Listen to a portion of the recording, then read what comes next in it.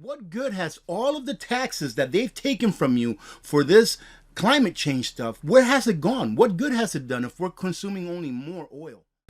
Hello, YouTubers. Alaska Prepper here. Happy Saturday, ladies and gentlemen. I hope you had a great week last week, and I hope that you have a great holiday weekend.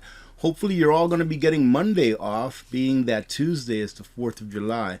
So in advance, let me wish you all a happy Independence Day coming up here.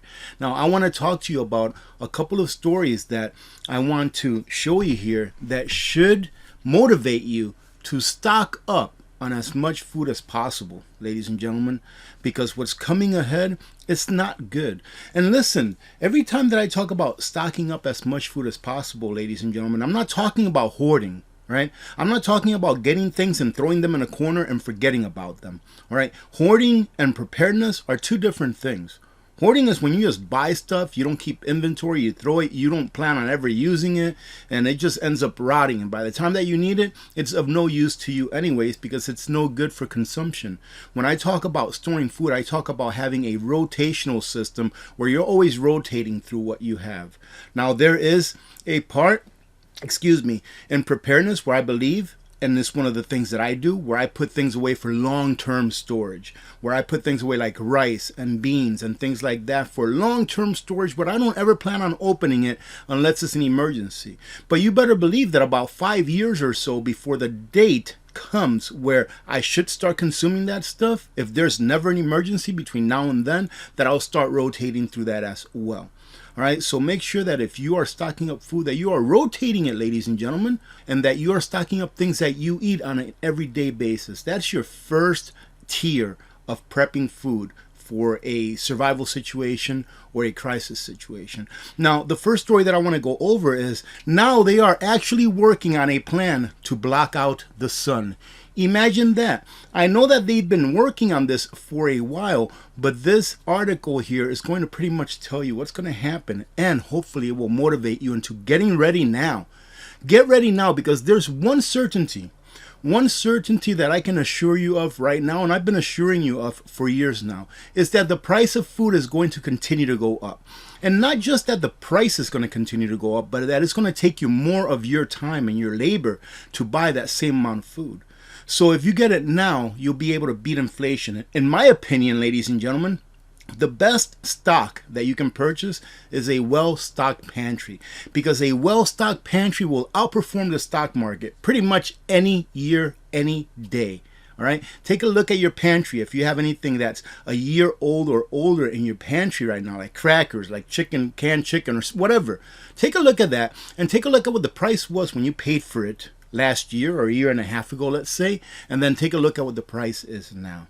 You'll probably be surprised to see that in a percentage basis that can of chicken or whatever it is maybe that you put away pretty much outperformed the stock market in the last year or year and a half, however long you've had it for. Without enough sunlight, life on this planet would not be able to survive for long. It's incredible that we have to actually be told this.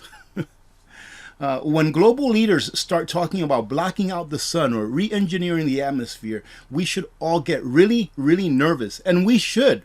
You remember back in September, I believe it was September 18th of 2019, they had this little event. I think it was in New York. Don't quote me on where it was. But they had this little event called Event 201. And it was an event. It was kind of like a exercise to see what can the world leaders do in order to combat a worldwide, health crisis. That happened, ladies and gentlemen. Look it up if you don't know about this. It's called Event 201. And it, of course, was one of the hosts of that event was our favorite person to talk about, the United States' largest farmland owner, Mr. Billy G. All right? And guess what happened just 2 or 3 months after that event? It just happens that a lot of times when these global world leaders, these guys that don't have a degree in virology or don't have a degree in medicine or don't have a degree in climate, is climatology a word? I'll say it, climatology. They often want to interject their will upon those that actually have degrees in these things and know what they're talking about just because they have a lot of money. Well, it's the same thing here. Now it's some rich person's, I'm sure, or some government's great idea that, hey, what if we just block out the sun? How would that work? Well, hopefully we won't find out. But using their track record as to doing what they pretty much say they're going to do ahead of time, sometimes years ahead of time, we just might find out, ladies and gentlemen, what happens when humans actually block out the sun. Right. So here they say, of course, less sunlight would mean less food. And that's during a time, ladies and gentlemen, right now where we are entering a severe food crisis, a severe food shortage crisis. Many people say, where is this food shortage crisis? I don't see it. We are still living off of last year's food, ladies and gentlemen. And there is less of that last year's food than there was the year before that. How do I know that? And the less supply that there is and more demand, the higher the prices. It's just basic economics. We are not feeling it here in our first world countries, in Western countries. But I bet you that if you went to Africa, the continent of Africa, and different countries there, if you went to other poorer nations, you better believe that you will see it with your own eyes, that they are suffering a lot more than we are. We are just insulated because the mainstream media does not want to show us exactly what's going on. The following comes from a Bloomberg article titled, EU looks into blocking out the sun as climate efforts falter. And ladies and gentlemen, this climate stuff is bull butter. I am going to show you why it is. But let's finish up. Only got about a minute left. I'll try not to interject anymore. The European Union will join an international effort to assess whether large-scale interventions such as deflecting the sun's rays or changing the Earth's weather patterns are viable options for fighting climate change. Number one, when has there been a time where when government interjected into something, it's turned out good? And when has there been a time when human beings interjected and tried to change nature, it turned out good? Remember that little thing that I was talking about that happened in 2019, 2020, where some scientists were manipulating this stuff that ended up spreading around the world and killing a lot of people? That was human beings interjecting with nature. It didn't turn out very good, did it? Blocking out the sun is not going to solve anything. In fact, it would have the potential to create a bigger problem than we are now facing. Even though they have been imposing unthinkable mandates on their populations, carbon emissions just aren't going down fast enough to meet their goals. The Dutch government is planning on taking away 3,000 farms from farmers against their will, ladies and gentlemen. Why? Because even though the UN food program says that we have a food problem around the world, a food crisis, a food shortage crisis, they think it would be a good idea to shut down some of the best farmers in the world, which are the Dutch over in the Netherlands. Incredible, isn't it? How long have you been hearing about this global warming stuff, right? Is global warming, well, first it started out as global cooling. I think it was back in the 70s or the 50s, something like that. Then it turned into global warming. Then it turned into climate change. Then they use erratic weather patterns or something like that. But pretty much they've stuck with climate change. How long have you been hearing about this? Just think about how much money they've collected off of this climate change thing since the mid-90s, since they started doing this. How much money have they collected in order to do things to fight climate change? All of the money that the government has given away, you know, for solar panels, for subsidies, for solar panels, for electric cars, for windmills, for all of these things. Think of all of the money, ladies and gentlemen, that you've been taxed over the last 25 years, let's say, to fight climate change. Well, if all of these things have been working, then why in the world is it that we as a world are only consuming more and more oil, crude oil, for energy since the mid-90s? Let me show you real quick. Check this out. I'll leave a link to this so you can go look at it for yourself. But let's just go ahead and start in 95. Look at this. December 31, 1995. The world consumed 3.28 billion metric tons of oil, of crude oil. And it only goes up. 3.36, 3.45. If you go down here to 1998, 3.47, and it goes up and up and up. I think in 2020 or 2021, yeah, in 2020, it went down just a little bit because of that health crisis. And then it continued to go back up. Ladies and gentlemen, if all of this money that they've extracted, all of the wealth that they've extracted from humanity, right? Remember, this is why your can of corn costs 2 to 3 times more today than it did 2 to 3 years ago. This is why. All the money that they've extracted from humanity, all of the labor that it cost you, it hasn't done any good at all. What good has it done? What good have all of these windmills done? What good have all of these electric batteries, electric cars? What good have they all done if we're still consuming the same amount of oil, but more than what we did when this stuff first started?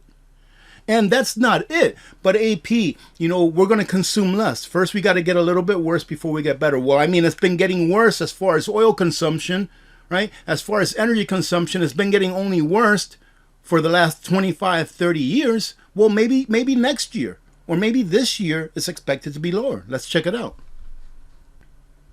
Well, not according to Statista, because according to Statista, here in 2023, we are actually targeted to be the highest consumption of crude oil that we've ever had going all the way back. Look at this, 101.9. And that's million barrels per day, right? Million barrels per day. I couldn't find one in metric tons, but it still shows, the chart shows clearly that we're the highest that we've ever been. We are projected to have the highest consumption of crude oil this year, 2023, than ever. So where's all the money gone? What good has all of the taxes that they've taken from you for this climate change stuff, where has it gone? What good has it done if we're consuming only more oil than what we have in the past several decades? Ladies and gentlemen, if this doesn't change your mind that there's something wrong with what's going on when politicians take your money and it's not fixing what they said it's supposed to fix, but they're still flying around in their jets, there's something wrong, isn't there? I'm not trying to make you think what I want you to think, but I'm trying to help you open up your mind so that you can think for yourself. Another reason why you should be stocking up food, ladies and gentlemen, it's going to get more expensive. It's going to get a lot more expensive. We have a world market, which means that if corn is devastated here in the United States because of a storm, it's going to affect the price of corn worldwide. If corn is devastated, let's say in Brazil, because of a storm or because of drought or whatever it may be, it's going to affect the price of corn worldwide. And I'm just using corn to use something, but it could be anything. All right. Round 2 of severe storms expected after Derecho wallops Midwest. And no, Derecho is not because of climate change. Well, it is. It is because of climate change, because the climate changes every single day. The climate changes every day, every second. Yesterday it was raining out here. Today it is beautiful. Yesterday I got barely enough solar to run my freezer. In the summertime I usually run my freezer and a couple other things with solar, since I have so much solar. And yesterday was barely enough solar to run my freezer, but today it's going to charge up my solar generator, no problem. So the climate changes all the time, ladies and gentlemen. A Derecho event on Thursday damaged buildings and vehicles, flattened cornfields, and left hundreds of thousands without power across more than 500 miles from Omaha, Nebraska to the Ohio River. Weather reports show that another round of storms could pound the same area on Friday. We have no control over nature. I've stated this before. We are entering, or have entered, and it's been confirmed by NASA and NOAA, that we have entered into a grand solar minimum. That is going to result in a lot of erratic storm patterns. It's going to result in a lot of erratic weather patterns, where in some places it's hot, some places it's cold. We're going to have more earthquakes. We're going to have more volcanic eruptions. Then just take a look at what happens when those things happen in themselves. So, ladies and gentlemen, it's just smart for you to get prepped up now and get stocked up with as much as you can now to make it, I would say, for a full year, but at the minimum for a full month, where you don't have to leave your home in case you cannot leave your home. And of course, it's just going to get worse, and it is getting worse. Consumers trade down from Walmart to the top, and then the Dollar Tree becomes supermarket for the working poor. Remember when Walmart was the supermarket for the working poor? Now the working poor can't even afford to shop at Walmart, ladies and gentlemen. Can you believe this? Walmart is now paying more than $15 an hour, I believe. But that $15 an hour ain't getting you nowhere. That $15 an hour is sending you to the dollar store now.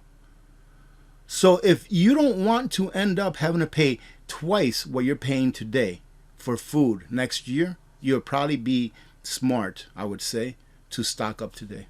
All right, ladies and gentlemen, I probably made this video like 1,000 hours too long, but it's very important that we as a nation understand.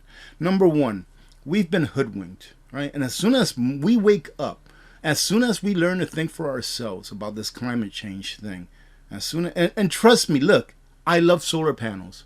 I love them, right? I'm actually going to do a video here within the next 2 to 3 weeks on how I can power my house off of just solar panels here in Alaska, right? So be on the standby for that. It's probably gonna be about 3 weeks away or so before I can put that video up. But I'm gonna do an experiment. I'm gonna run my entire house just on solar panels and one solar generator, ladies and gentlemen. So I love solar panels. I think it's great technology. I think that electric cars are awesome. I would love to have me an electric car. I can't really afford an electric car. And that's another thing. They're making all of these things, and the people that are the masses, like the middle class and below, which is most of the people in the US, these things that they're making, that they're providing subsidies for, the middle class, people that earn less than 6 figures, they can't even afford these things. Most people that buy an electric vehicle make 6 figures or above. But anyways, I digress, all right? I digress. I just want to let you know that I'm not coming to this. I'm not coming to these conclusions and these thoughts because I hate solar panels. I think they should be eradicated. Blah. No, I love solar panels. I think electric vehicles are cool. I think they're more of a toy than anything else, to tell you the truth. I think they're cool. So I like these things. It's just that they will never power the world. Solar panels will never power the world. Windmills will never power the world. There's not enough resources for us to exchange all of the internal combustion engine vehicles into electric vehicles. Not enough lithium, not enough nickel, not enough silver, etc., etc., etc., ladies and gentlemen. These are things that they don't tell you, but they want you to believe. Have a great day. Have a great weekend. God bless every one of you. God bless America. I'm Alaska Prepper. I'm out.